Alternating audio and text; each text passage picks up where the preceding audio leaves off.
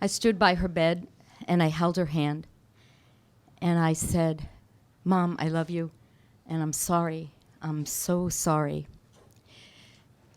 She couldn't open her eyes and I think she heard me, but I'll never really know for sure. When I got the email from Michael asking for some ideas about stories, this story kept popping up in my head and I kept pushing it back because it was too painful and I didn't want to give it voice. And it wasn't the story I wanted to tell, but it was persisting. And I work with immigrant, refugee, and asylum seekers, and I tell my students to share their heart and to be vulnerable and to tell their truth, but I work really hard at protecting my own. So I thought about the theme, pain from an old wound, and I thought Sunday is Mother's Day, and I heard Maya Angelou's quote saying, "There is no greater agony than the untold story inside you." So I knew this was the story I had to tell. The call came when I was at work, and I heard my father's voice sobbing as he said, "You need to come now, she's dying." As a colleague drove me to the hospital, I didn't really understand what was going on because I didn't even know my mother was in the hospital. And I kept thinking, I thought we had time. I thought we had time to heal.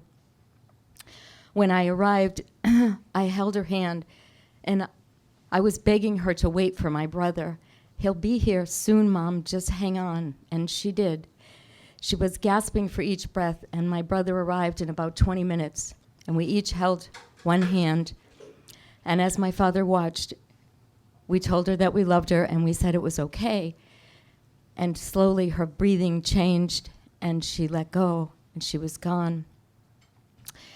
I later learned that she was supposed to be discharged from the hospital that day, but she had called my father at 8 o'clock in the morning and said to him very clearly, "Can you come in early today, because I'm going to die?" My father didn't believe her, but he went, but he didn't call us for hours. It was a gift to be with her that day, but I was haunted always by what I did 6 months earlier. My mother and I shared a lot. We shared medical history. We shared the challenges of living with my father. We shared love, and we shared time. But 6 months earlier, I was 42, and I had asked my mother to do something for me, and she said no. And it doesn't really matter what I asked her, and it doesn't really matter why she said no. What matters is what I did next. And what I did was disconnect. I was angry, I was hurt, I was rejected, and it was coming from real early wounds from my little girl. And so when she called, I wouldn't answer. And I was determined to show that I was right and she was wrong. But for what end? So she was gone now, and there was no more time. So I realized that time is that intangible thing, that thing that we can't really define, and we're always talking about it. You know, we're always saying we've got to be on time, and don't forget what time it starts, and remember to do this in the right time, and if only I had more time. But there wasn't any more time, and she was gone.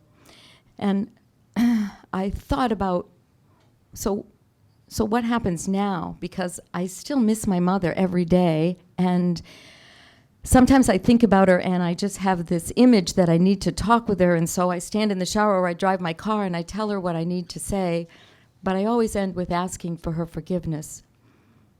Because I realize that being right is so much less important than being able to say, "I'm sorry," being able to say, "I forgive you," or being able to ask for forgiveness when we need it.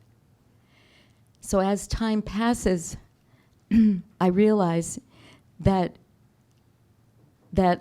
I don't need to hold on to that so much, and that I have to remember that I make mistakes every single day, and I still do things wrong all the time, and I say the wrong thing and I do the wrong thing, but I'm less resistant to admitting what I've done and to asking for forgiveness or saying I'm sorry. And so it's pretty scary standing up in front of you tonight doing this, because I'm telling you about something for which I don't feel very proud, and something that is really painful. And so what I realize is that I have to stop holding my wounds underneath that strong, competent umbrella that I wear so well. And that's a part of me too. That's a real part of me. But underneath that is that little girl who's wounded. And the only one who can help her heal is this grown-up woman now. So I begin that work with all of you tonight. And I ask for your support. And I say that I have to begin it tonight, because if I don't know if I'll have enough time. Thank you.